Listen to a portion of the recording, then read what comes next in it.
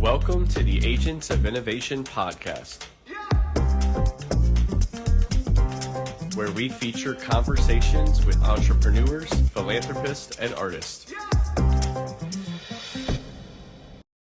Welcome back to the Agents of Innovation podcast. I'm your host, Francisco Gonzalez, and I just want to welcome everybody back. This is now episode 138, incredible. And we have one of my favorite people in the world here, Alexander McCobin, who's coming to us from Dushore, PA. Is that where you're at today? That's right. So tell us a little bit about why you're there, Alexander.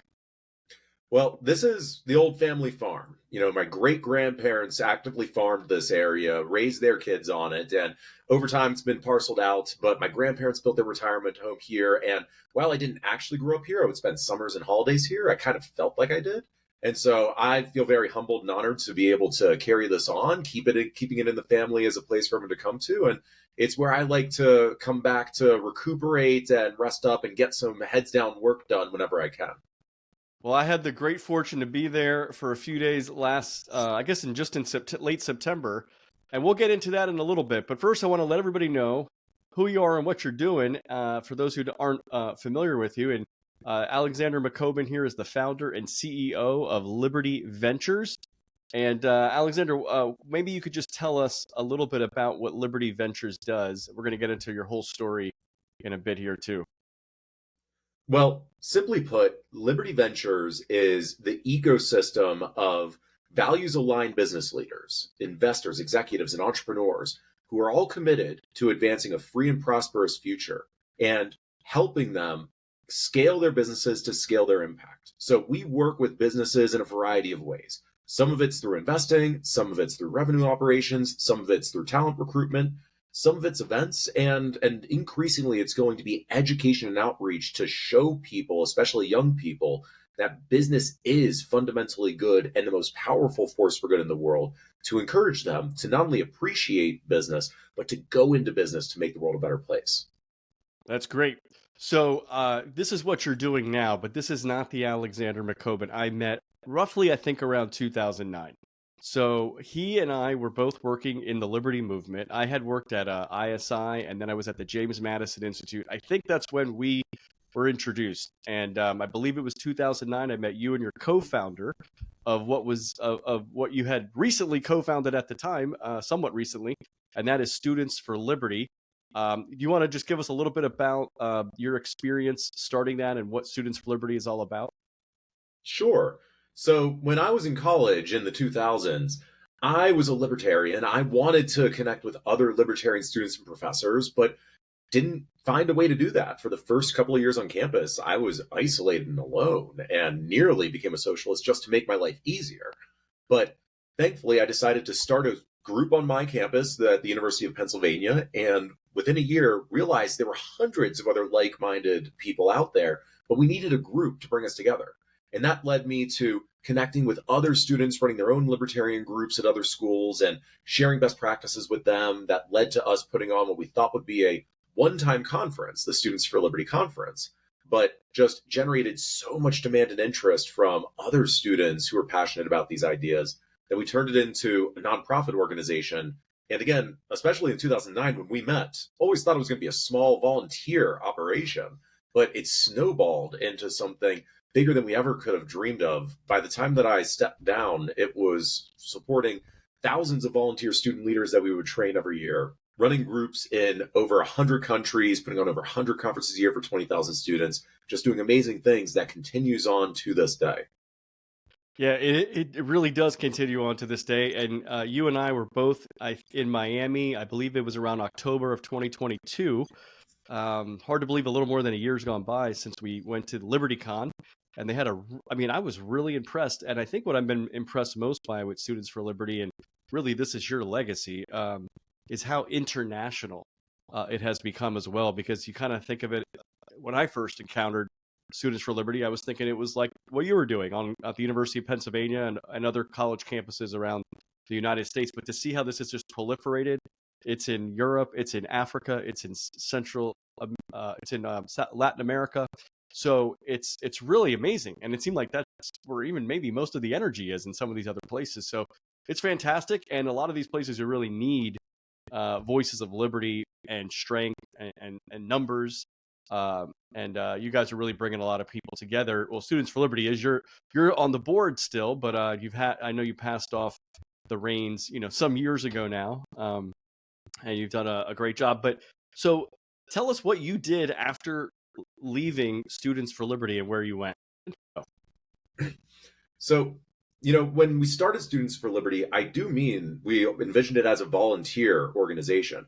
I was going off and starting a PhD in philosophy at Georgetown at the time and was a volunteer president for it for years.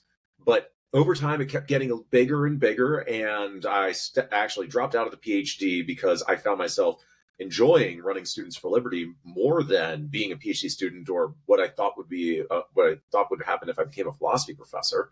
So focused on SFL, and as it kept growing, not only did I get to work with some incredible students and alumni who were doing things like leading protests in Brazil that led to the impeachment of the president for corruption in 2016, or starting unicorns in Silicon Valley, or becoming groundbreaking lawyers and journalists and politicians.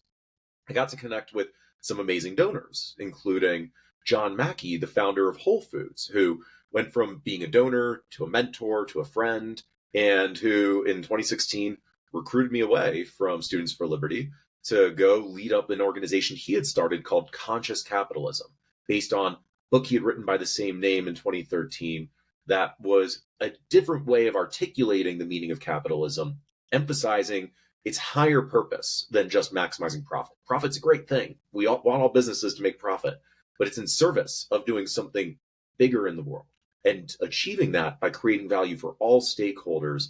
And Conscious Capitalism, the organization, was building basically the network of like-valued business leaders. And for 6 years, I got the opportunity to run that, building more incredible relationships with other fantastic business leaders, and build that association out. That's great. So then you then, at what point did you leave Conscious Capitalism? And I know you went out and you became an entrepreneur yourself, even though, Alexander, I like to pause here and remind everybody, there's two ways of thinking of an entrepreneur. One is we think of traditionally somebody who starts a business or maybe leads a business or an organization of some kind, but also people can be entrepreneurial in any kind of role they have. And I think you have always been that way. Obviously, you started a nonprofit organization, Students for Liberty, as well. You led Conscious Capitalism, but then you went out and you went into both the for-profit and nonprofit spaces with what you're doing now. So tell us a little bit about why what you did and why you're doing it. So I want to emphasize that point, Francisco. I don't think being entrepreneurial is just in the for-profit space. It's absolutely in the nonprofit space. And when you think about what we did at Students for Liberty, it was running a business. It was a $4.5 million business by the time that I left, with something like 40 full-time staff and thousands of volunteer leaders around the globe. And even as we thought about our expansion strategy, it was the same kind of strategy that businesses think about. We were very intentional in saying, we're going to tackle one region a year. So we ignored certain markets to emphasize other markets. We had to evaluate our marketing strategies, our programs, our revenue. A nonprofit is a business as well. It's just a different tax structure than a for-profit business. Otherwise, it's still just as entrepreneurial. But yeah, you're right. After running Conscious Capitalism for about 6 years, I decided it was time for me to no longer run the association of conscious capitalists, but to be a conscious capitalist myself and go start a few different businesses, all under the Liberty Ventures umbrella, all under the framing that took me a little while to realize, actually, that values matter, and values in business matter even more. So building out this ecosystem of values-aligned business leaders and finding different ways to help them scale their business and so scale their impact is what not only drives me, it's what drives our whole team, what drives our community, and it attracts incredible business leaders to work with us because they want to work with those like-valued business leaders. Yeah, so you've been doing this now for a few years, right? And so Alexander, I've noticed actually over less than a year now. Well, Liberty Ventures, less than a year. That's right. But you have a few ventures that are now all under the Liberty Ventures umbrella. That's my understanding. And so you do a lot of things, and a lot of people ask me, "What exactly does Alexander do?" Right? Because they see you here and here and here. And you're like, and also you're all over the globe, by the way. Um, and so I know you. I think you started some of these things separately. So correct me if I'm wrong, but and maybe you can go through each of these elements. But you have the Principal Business Network. You have Leap. You also, and then you have Liberty Ventures. I also know you have a podcast. Maybe you could tell us about that. I don't know where that all fits. And then I know you also do, you host events at your family farm there. And that's its own little business as well. So can you tell us how, about each of these elements, maybe if they started independently or parallel to one another, and how they're all now under the brand of Liberty Ventures? So first off, I do feel fortunate that I get to travel around the world, and some of it is thanks to you, Francisco. I loved our journey to Uruguay and Argentina last year that you facilitated, and I'm looking forward to the next Fearless Journeys trip. But the same way that I jumped on that opportunity to go with you and found ways to do business down in South America as a result of it, or tie into everything else that I'm doing, that's kind of my approach to everything in life nowadays. I I care about making the world freer and more prosperous. And I believe one of the biggest gaps in doing that is helping more business leaders understand the capitalist system in which they operate and be the best representatives of and advocates for it they possibly can be, and help them scale their businesses to scale their impact to advance liberty and to make humanity more prosperous. And uh, in some ways, I'm being very opportunistic as we expand these different businesses and what we do. It's based on what we're hearing leaders need. It's based on what I or team members, that people that even that I can recruit in, have the skill sets to develop that are additive to what we're doing. So it is in some ways really diverse. Sometimes projects start up on the side that we're able to group in under here, like talent recruitment. It's not something that has its own brand right now, but it's something we're getting more and more requests to help with. And so we're strategizing how to really build that up and help more companies with. But it's something they need to do, especially since businesses, as they build out their teams, don't want to bring on toxic team members. They want to bring on team members who are going to add to the culture, who are going to help them accomplish what they want. So they need to make sure they're bringing on values aligned members from the outset. Not something that I ever planned to be doing, but it's something that's come out of working with incredible business leaders, knowing there's this demand, and actually seeing that I and Liberty Ventures have this network that we're building out and an opportunity to help them and figuring out what we can do. Yeah, that's great. Well, I think you're a natural entrepreneur in that, but also, I mean, this is what all entrepreneurs should be doing, listening or at least paying attention to the needs of people, because you set out on what you believed the market needed, and it needed some of those things, but then you discovered through your interactions with different entrepreneurs, different businesses, some of the things they needed that you weren't yet offering, and then you decided, oh, maybe we can do that. We could pick that up and do that, and now you are. So 100%. Let me actually give an example of that I think is illustrative. So one of the first businesses I started after I left Conscious Capitalism was going to be an app to connect co-founders with each other, like a Tinder for co-founders. And I was really excited about this idea, including with my other co-founder in putting it together.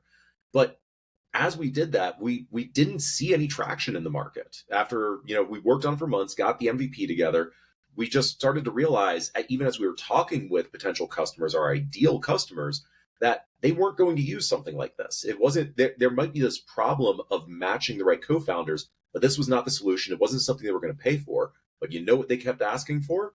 Help with fundraising, help with revenue. They needed money. And that's what led to the pivot. So the Leap brand started out as an app to match co-founders, but now is focused on revenue operations because that's what we heard from customers that they wanted. It was a really important pivot that then allowed us to think about how we expand into other areas as well. So can you tell us maybe an example of a kind of customer that a client of yours that uses Leap, and what the kind of benefits for them? Maybe an example of something. So we work with both for-profits and nonprofits at Leap with Revenue Operations, where it might be a small nonprofit that's really looking to scale, or a mid-market for-profit that is looking to add more leads or train their team up. And we work with them in a few different ways, but we follow what we call the LEAP process, LEAP. If you want to generate more sales or raise more money, you need to first generate more leads. You need to craft your ideal lead profile. You need to go out and actively research them and put together the list one way or another. Then, second, you need to educate them. You need to warm them up, get them to understand the value that you're creating and get really excited about it so that you're then able to get a meeting and make an ask. Now, that's obviously tailored towards B2B sales or nonprofit fundraising. I'm not talking B2C, which is all marketing and different, but for B2B that we serve, it's getting those meetings, making the ask for the sale. And then once you get them as a customer or a donor, you keep them in by forming a partnership. You get them to be invested in your success because that is part of their success. They want you to succeed. And when that happens, it not only increases their lifetime value, it also gets them to start making referrals themselves to generate more leads and create a virtuous cycle. That's So great. So we come in and help clients at each one of those stages, or with all of them combined, and providing coaching and training and accountability to implement all of this. It's not that we go in and do the sales for them. We provide back end support and training so that they're able to go out and implement this more effectively themselves. Yeah, I think that's really great. Probably taking a lot of little things off their plate and helping them to manage it more and focus them on what they need to be focused on. So if someone is trying to, maybe they're interested in working with you and your team on that, how should they get in touch with you? Go to www.goleap.us or email me at alexander@goleap.us. We'd love to talk to any company or nonprofit that's run by a values line leader that is looking to scale that we might be able to help out. And the first thing we do, I'll also say, is figure out if we can actually help them, because there are plenty of organizations and companies that we're not the right fit for, and we want to figure that out early on and see if we can point them in the right direction to help them scale their revenue, to scale their impact. Well, I know I've met and to some degree worked with and collaborated with some of your team, and you have a fantastic team. And I learned, believe it or not, I learned just yesterday through our friend Lucho, and he's my friend because of you, because you connected us. But he was telling me about all the mentoring you do for all the members of your team. He said this is actually one of the benefits of working with and for Alexander, is that you get Alexander's mentorship. And he was telling me on the weekends you spend time mentoring some of your team. So can you tell me a little bit of that philosophy behind the mentorship and maybe some of the ways you do that? So, look, if you're building a business, it's not going to grow if your team members aren't growing. And you do that in one of two ways. You either bring people in who have skills, experience, and values that build it out, or you help develop it in the team that you have. And I think you should be doing both. And any good leader, I think, will say that. And for me, during the week, I am heads down. There is so much going on. It's back-to-back meetings, and then I've got to review proposals, get emails out, and want to stay focused on that. So I find it's really helpful to take the weekends to do a lot of reflection, to do some big picture projects and working, and take time to work with key team members on their personal skills development, their leadership development, and helping them out just any way that I can, because we're not under the pressure of our responsibilities during the week. We can be a little more free flowing. We can run over time if we want to, a little more easily on the weekends. And honestly, it is also the case that I think you should work with people you like. If you don't like them, you're not going to want to work with them. And if you're working with people you don't like, you're not going to do as good work as possible. So I still find it actually fun and engaging, and it's with people that I want to spend time with anyhow. So it works out. Yeah, that's great. Well, okay, so tell me a little bit about how the Principled Business Network got started, the genesis of that, and what it kind of looks like now. Yeah. So, Principal Business is actually a 501c3 nonprofit that we started earlier, not this year anymore, since 24, earlier in 2023, to to leverage. So, I said before, nonprofits are just a different tax status, and there's a lot of things that I and we want to do that are very clearly charitable nonprofit activities. We want to educate more people about the power of business as a force for good. We want to educate young people about why they should be entrepreneurs or go into business. We want to convene business leaders and provide trainings and support for them to advance capitalism and to be the best representatives of capitalism, to support their people better. So we created this nonprofit to facilitate all those activities and get support from more businesses and donors to support all of that. And we're in the early phases of building this out. We just held our very first convening for this, the Principal Business Summit at Sir Richard Branson's Necker Island in the British Virgin Islands, which was an amazing event with speakers like John Mackey from Whole Foods, Prue Leith from the Great British Bake Off, Joe DeSena from Spartan Racing, but with 40 other business leaders coming together, sharing how they're using business as a force for good and coming up with other ways to do that going forward. That's going to be a springboard for us to put more events on this year. Not only a conference in New York that we're planning, but dinners and workshops and launching incubators and accelerators for young people, to do campaigns, to educate the public about businesses that are making the world a better place, and come up with other initiatives to keep building on this. It's in the early stages, but we're getting some great business leaders joining the network right now. And of course, welcome anyone in business who wants to be the best representative of and advocate for capitalism they can be to get involved. So I know that you have had this entrepreneurship ecosystem you have been building for a while. But when you look at, you're saying you're in the early stages of the Principal Business Network nonprofit, and in the early stages, you brought 40 people to Sir Richard Branson. This is the founder of Virgin Airlines, right? That's right. and the whole Virgin brand, Virgin Cruises. They were trying to do trains for a while. You got 40 business leaders to Sir Richard Branson's Necker Island. So that's a pretty good early start, Alexander. We're pretty happy with the kickoff. That's right. Yeah, I saw some of the pictures that you shared online, and Lucho told me how great it was as well. He was there. But and you had, like you said, some of the big names, and I think Sir Richard Branson was there himself, right? That's right. He came out, thankfully, on the last day, spent time with us, shared his perspective, beat me at chess a second time. I need to practice more before I go and see him next. But it was amazing. Yeah. Yeah, well, that's a really great. So, I mean, if people are looking to maybe join, maybe there's a business owner that shares your values, that wants to join the Principal Business Network, how should they do that, and how can they get involved? So they should go to principledbusiness.org. And just send us an email or click on the interest form there. We'll collect their information, start inviting them to events, give them opportunities to, if they're a seasoned business leader, perhaps mentor younger business leaders or share their stories with other people and help us figure out how we build this movement of capitalists advancing capitalism. Because we don't have all the answers for this. We need help. We're looking for partners in this venture. And those are the kinds of people we want to be early members. Yeah, so, you talk about capitalism here. And you talked a little bit earlier about an organization you were part of, Conscious Capitalism, like we had to add an adjective to it or something. But why in this day and age, we are living with the fruits of capitalism. I mean, we could not be doing what we're doing right now.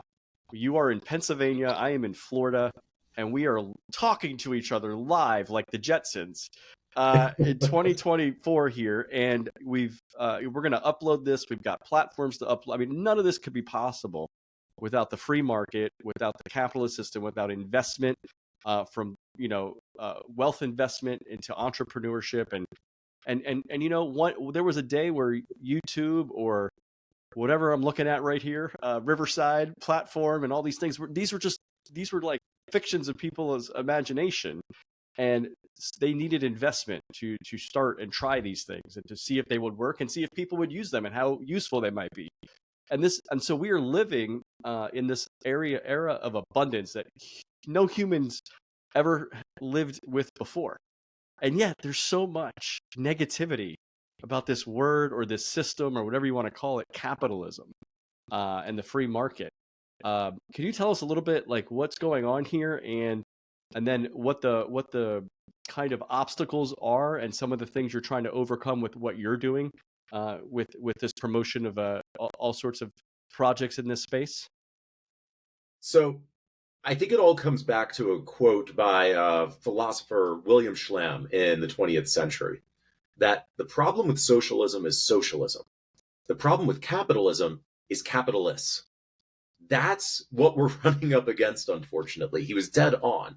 Socialism just doesn't work. Capitalism has been amazing. But you know what? A lot of capitalists are not great representatives of it. Sometimes because they are exploitative. They do dehumanize other people. They're just trying to collect as much money for themselves as possible, and they're willing to cheat, steal, and do anything to do so. But since they're in business, quote unquote, it gives the whole system of capitalism a bad name, and people like to focus on that more than the business leaders who are actually creating value for people, who are driving progress forward because they're not taking, they're giving so much more, and they actively make money as a result. But that's ignored.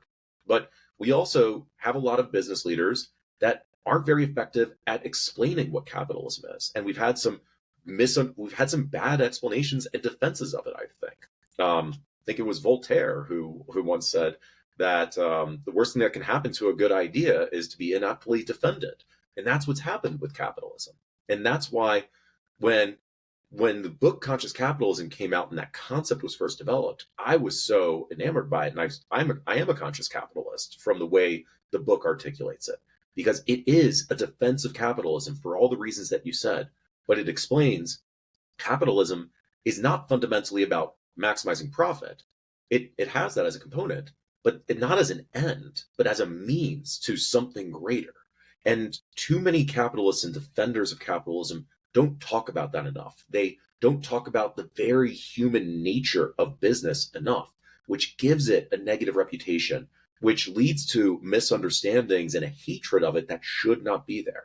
And that's why I keep saying we need capitalists to be both the best representatives of capitalism, meaning doing the right thing, being principled business leaders, and being advocates for it as well, and being effective advocates to help more people understand what this is and why they should appreciate it and support it, to lead to greater prosperity and human flourishing in the future.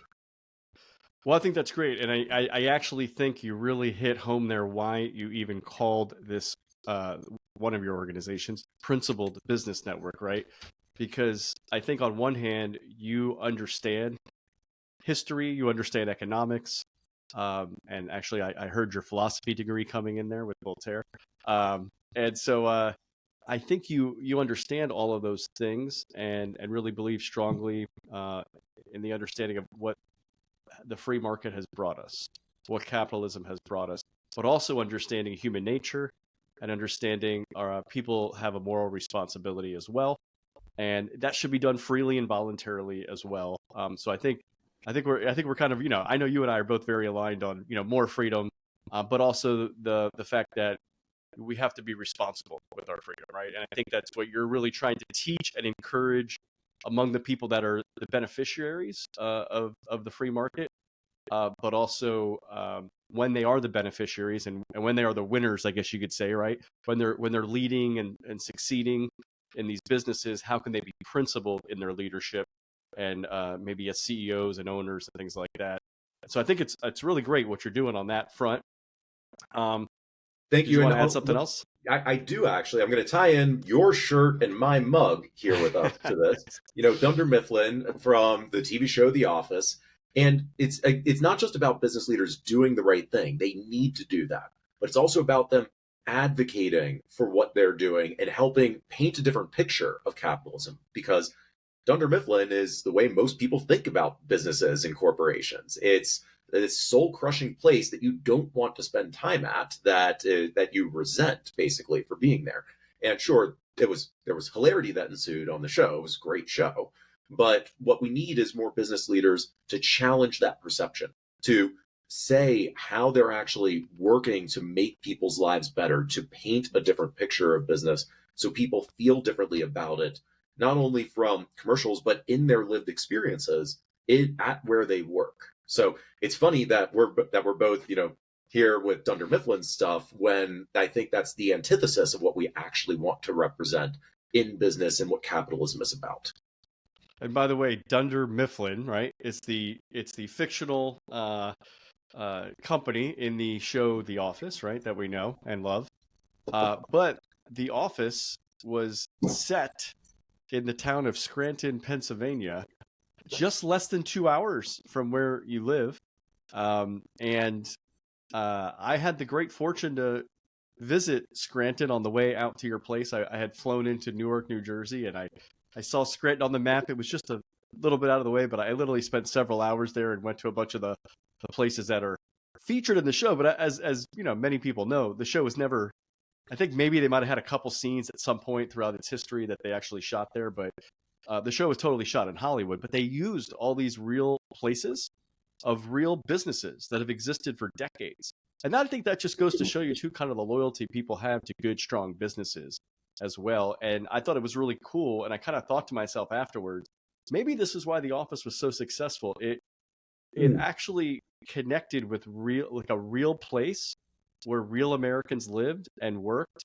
And yes, so it had the Scranton itself was like a character, right? The city and the nature itself was like a character. They were always living in Scranton, and with all the little, idiosyncrasies that come with being in Scranton, including some of the well-known businesses for a long time. So I thought that was pretty cool that they did that, and it was great.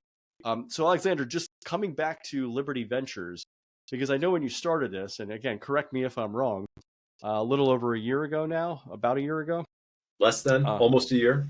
Almost a year. And this was started, I think, primarily as a venture capital fund. Is that right? Or tell me if I'm correct or. So again, these things always evolve, and different projects connect or disconnect in different ways and come back together.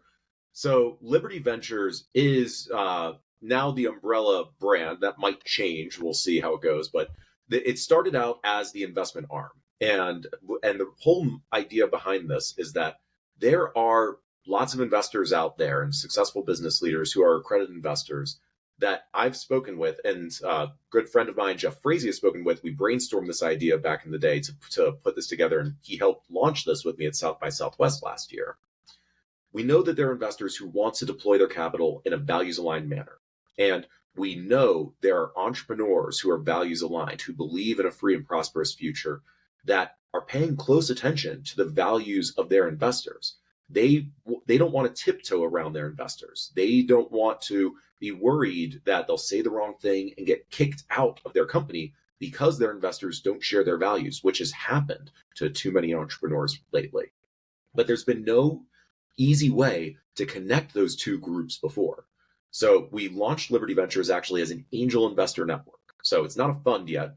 It's simply a network of values-aligned investors who want to see deal flow from us, and we'll syndicate individual investments in companies based on our diligence that we think have high potential. So it's also, our first goal. I want to be really clear.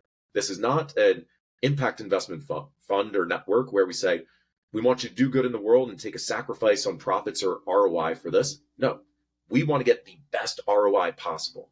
And our thesis is that we're able to attract better deal flow, build stronger relationships, and add more value to companies we invest in by focusing on these values. And in, the 9 months since we launched this, we've looked at over 150 opportunities. We've made 4 investments and are on to our 5th right now.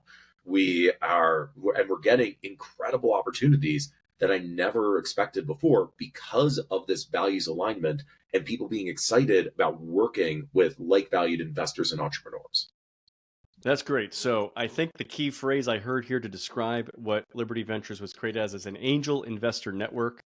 And so I'm guessing in that you're attracting both investors, people who are looking for things to invest in, right?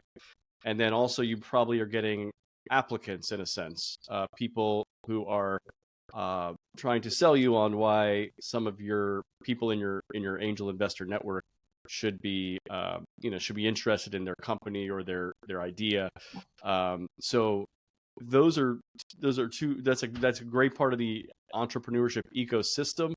And if people want to find you on either of those spectrums, maybe they're an investor or a potential investor, maybe they're an entrepreneur, somebody with a big idea, an innovator, how would they get in touch with you with Liberty Ventures? So for that, go to libertyventures.vc. That's our website, or email me at alexander@libertyventures.vc. And we keep expanding this. We have some big plans for where we want to take this to deploy more capital and support more incredible startups run by values-aligned founders, not only in 2024, but going beyond that as well. And I'm actually not sure how much I'm allowed to talk about what those plans are in public right now, but big plans. And anyone who is an accredited investor can join the network. There's no cost, there's no minimum commitments to do so. It's just literally getting access to the rest of the network, the deal flow, and helping us build that out as well. That's great. So we've gone through a bunch of things you're involved with. Between everything is falling under the Liberty Ventures banner, but obviously we have that Angel Investor Network, the Principal Business Network, Leap, which is providing services for all sorts of businesses. And Alexander, you also have a podcast, right? I do, the Liberty Ventures podcast now. Yeah, there you go. So I know you've had a lot of different people on it. I know there's a lot more episodes to come, so people can find that on all the typical platforms, right? 100%. And we've got some more great episodes coming out. The whole point with that is to actually bring together the members of the Liberty Ventures ecosystem, our investors, our entrepreneurs, and executives who have done this, to share their insights and experience to help people invest more effectively, to scale their businesses more effectively, and just grow as human beings and business leaders from other people who share their values. So, Alexander, first of all, I do want people to, I know a lot of productive people. Like if you like, I think people who maybe know me, follow me, whatever would say, I'm very well connected to a lot of very, very productive people. I have to say, I don't think there's anybody else I know that is as productive as you. And I really, you mentioned earlier, you traveled with me for 2 weeks in Argentina and Uruguay last March and April. And we had some great times in Buenos Aires, in Mendoza, in the wine country. We went to some great places in Uruguay, but you were there on a trip and we had like 15 people on most of the trip. And you were one of these group trips are great because they connect people, they bring people together, we have fun together, we have great steak, we have great wine, wherever we're at we experience the local culture, we connect with local entrepreneurs. But like I give people at least a little bit of free time each day, and you like you use like every ounce of that free time to mostly work, get on calls. You were literally working on what some might call a vacation, or even if this, I know my group trips, I try to tell people these are also business opportunities for people because you can connect with other entrepreneurs. You can use these trips these trips are legitimately tax write-offs because you're literally meeting.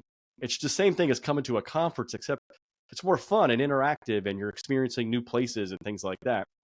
So even if you envision that Alexander went on a conference and he was busy with all these things that were on Francisco's itinerary and agenda, I'm going to give you a little free time. Well, this guy wakes up at like, I don't know how early in the morning, and he's like he's finding like the local CrossFit gym, and then he's showing up at breakfast with everybody else, and then we're doing our things, and he's like, oh hey, if I had to miss one thing today, what would that be? Because I got to take a call. So and I just was like observing this for like 2 weeks, and I was like, holy crap, this guy is like super productive. Now I get it. Now I know how he gets all these things done. So can you tell me how the heck because I feel like I'm a productive person. I feel like I know a lot of productive people, but I look over there and I was like, how is this guy doing all these things? So can you explain? Well, I take that as a great compliment, and flattery will get you everywhere, Francisco. So thank you for that. I it's just who I am, and the old mantra that if you love what you do, you don't work a day in your life, I think is absolutely true. And that's why I've always leaned into doing what I love to do. And if I find I'm doing stuff that I don't love, I should change that. It's never just about money or even fulfilling obligations, because you can change your obligations then if it's wrong. But I what we're doing with Liberty Ventures is so exciting. I think building businesses is one of the most fun things that you can do. And like I said earlier, I think you should do business with people you enjoy being around and want to help. That's not just your team members. That means clients, investors. It's literally anyone that you're creating value for should be someone that you love and care about and want to help out. And that's going to drive you to do more. And then, everything in life is about keeping yourself as well-rounded and at the top of your game as possible. So I think it is important to take care of your health, something that I've let slide in the past before, and I really try not to let slide again. I think it's important to take advantage of opportunities, which is why when you offered a trip to Argentina and Uruguay, which I had told you I always wanted to do, I jumped on it while also still doing work and finding ways to do business from your trip. It legitimately did get me new clients and get me experience for other clients. And I was able to connect with some startups and entrepreneurs and partners that I didn't before. And I think everything in life is just about doing really cool, impactful things with people you like, and you find those opportunities where you can. Well, you can definitely tell, and I think that's another key characteristic of the entrepreneur is you gotta love what you do and be passionate about something you're doing, because if you're not, they're like all those hours you're working and all those calls you're taking and all the things all the people you're working with.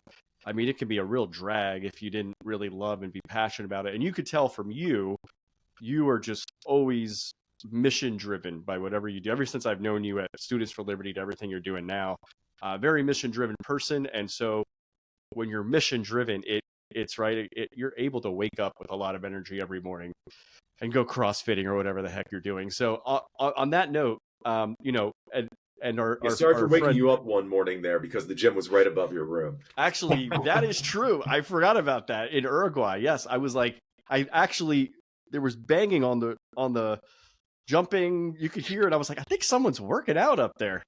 And it was super early. And I texted you because I said, "Are you working out up there?" And he's like, "Yeah, I'm sorry. Is that your room below?" And I said, "Yes, it is." So that's pretty funny. I mean, this is like a 5-6 story hotel or something. So I had to take the wild guess that it was this guy. But speaking of, you and Lucho have all these crazy challenges you've done. You've done some Spartan races. Tell me a little bit about how you try to challenge yourself, whether it's physically, mentally, whatever, and how that helps you maybe. Well, challenging yourself, I think, can be incredibly fun, and it's about getting into the not only mindset but habit where it is fun to do. It's not always been that way for me, but it's getting there. And our mutual friend Lucho is a big reason for that for me. He's pushed me to take better care of myself. He got me into obstacle course racing in a big way, and that's led to us coming to the farm here and training, and now leading to organizing obstacle course races here, which you came out for. Next year, we're going to get you to run the race instead of just observing it, Francisco. But, it really is just about putting in the time, finding a way to make it fun because it's what you want to do. And a big part of that for me with working out with health is that I've come to realize if you're not healthy, if you don't have the capability of doing various things, you're missing out on a lot in life. I nowadays want to make sure that I'm physically capable of climbing a mountain that happens to be near me in Andorra, which I hadn't planned on doing before. I want to be physically capable of going surfing in the morning and then doing big meetings in the afternoon. But even like being able to pull red-eye flights and be able to do back-to-back meetings and not lose energy because I'm ready for that. And that's my point, that I think everything is interconnected with us. We've got to be training our bodies, our minds, our relationships, and the more we strengthen one, we should be strengthening the others if we're doing it properly. And so I always try to keep those in balance and have them help each other out. So I feel like you and I are both, first of all, we're both on kind of very similar trajectories. We both worked in this liberty movement space, in the nonprofit space, and then we both went out at almost similar times, unbeknownst, because we've kept in touch over these years. But we don't live anywhere near each other. We sometimes lose touch, and you see people's social media updates and things like that. And we kind of both figured out we were doing these things a couple of years ago, and so it's really been great to bounce ideas off you, to talk to you about things, and to have you be part of the Fearless Journeys community as well, and be so enthusiastic about everything we're doing, especially our group trips. And can't wait to be on the next one with you. And also, for those listening, we haven't ironed out the details yet, but I am going to partner with Alexander to do something this summer back at his home base there in rural Pennsylvania. And we are going to have a major challenge for people. So if people are up for the challenge, and that will include my idea, 72 hours without the phone. Uh, so I'd love to see people attempt to do that for 3 days without any screen time, while doing some other fun challenges there with Alexander, or maybe with Lucho if we can get him there at the same time. So a lot of fun stuff. And but one of the things I think we also have in common is we both seem to have very positive mindsets and positive outlooks. And again, with our mutual friend here, Lucho, yesterday I was with him, and I was asking him a few things, and one of the things we both agreed on, and all the things you've been through, and all the maybe ups and downs and curves and challenges and things like that, Lucho had a great comment that I totally 100% agree with. Alexander is unfazed by bad experiences, and so and really what we also talked about was the number one characteristic I outline for entrepreneurs is that entrepreneurs are problem solvers, and you seem not only to not be fazed by maybe a setback or a bad experience or whatever you want to call it. You seem to look at it as an opportunity, like, oh, this didn't work, but we can do this instead, right? And I've even heard you say a few times in this conversation that you thought maybe people wanted this, but instead they wanted this, so you went in that direction. So, but tell me a little bit, because it seems like, as I observe you as well, you just always have such a positive demeanor, and how you have that kind of mindset. Well, it's not the case that I'm never fazed by negative things that happen. That absolutely happens to me like anyone else. And, I work through that. But that's actually, I think, the key thing. My mindset is always, how am I going to work through this? How do I turn this into an opportunity instead of seeing it as a setback or just a negative thing? And I don't think challenges are bad. They are opportunities to grow. I think that's just a better way of going through life, right? We're only here for so long. Life is a lot more miserable if you're just pessimistic and negative all the time. It's a lot more fun if you're optimistic. And you know what? If you are looking to solve problems, you're more likely to actually solve them than if you just dwell on them or live in them. And I've been through that in my own life before, where I have dwelled on them. I've just lived with them. But this is a whole lot more fun and a whole lot better. Yeah, no, I couldn't agree. I mean, I think that's when people ask me the same thing. I think that's it's just more fun to be optimistic or to be positive, to have that kind of mindset. I mean, people could say you're naive or whatever. I don't know, whatever. But it's like, I think for you, I think what you just said though, it's finding the opportunity in that. And one of my favorite presidents, obviously Ronald Reagan, had this story. I don't know if you ever heard about it, where it was the phrase was called "find the pony." And anyway, so it's a long story, but basically it involves a kid. Basically, one kid was given all these toys in a room or something like that, and the kid found just some problem with everything, right? And then this other room, this kid, they basically put the kid in the pile, literally with a pile of poop, like really high pile of poop in the room, and just wanted to see how this kid would react. The kid is going through the pile of poop like he's just so excited. He's looking for something. He's like, "What's going on here?" And he said, "There's so much poop here. There's got to be a pony somewhere in here," right? Something like that. So Ronald Reagan would always tell his staff when they had a problem, he would use the phrase "find the pony." And I think, like, I probably didn't tell the story completely accurate, but it was the same sentiment there, and that was that there, with no matter what the problem is, there's an opportunity embedded in there somewhere. And so kind of always have that positive mindset, and which you do. Um, And I love that. Reagan is a great inspiration. I'll throw another quote in there from Winston Churchill, one of my heroes, that success is the ability to go from failure to failure without loss of enthusiasm. And that's another way of thinking about the same thing. Yeah, for sure. So, Alexander, we've covered a lot of ground here today. I hope that maybe those who don't know you, or those who maybe know you but wanted to know all the things you're involved with, I hope they've gotten some answers here today. There's a lot of different places that we've sent people. We'll put all the different links that you've mentioned here in the show notes as well. And people, I hope they can subscribe to this on all the platforms that you might watch or listen. We'll be on YouTube and Spotify and Apple Podcasts and all those other platforms. But is there any closing comments, thoughts, anything that you'd like to add that maybe we didn't get a chance to cover yet? I just want to say thank you for inviting me, Francisco, for starting Fearless Journeys. I love the community. I love the trips. You're an example of a principled business leader. And I'm just so looking forward to the next trip we do together. If anyone's listening and hasn't been on a Fearless Journeys trip, I'm going to give you a plug, Francisco, and say, go on it. It's incredibly fun. They're great people, great activities.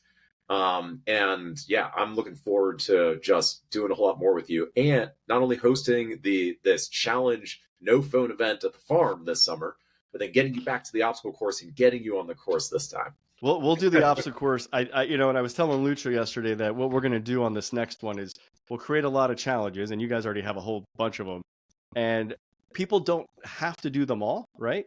No. But we're going to gamify this. Every time you complete a certain challenge, you get a certain number of points based on the toughness of that challenge. So, everyone has to agree to come and put their phones in a box for 72 hours. I mean, that's going to be a bottom line baseline thing. And I maybe, I know you've got some grounds there for people to camp out and things like that too. So, maybe we could just add some, when you do something a little more challenging, I don't know if you got a chance to read it, Alexander, but we have a book club in the Fearless Journeys community, and one of the books that really had a big impact on me in 2023 was The Comfort Crisis. And I think you and Lucha are kind of living this comfort crisis. He's on another crazy level, but one of the things.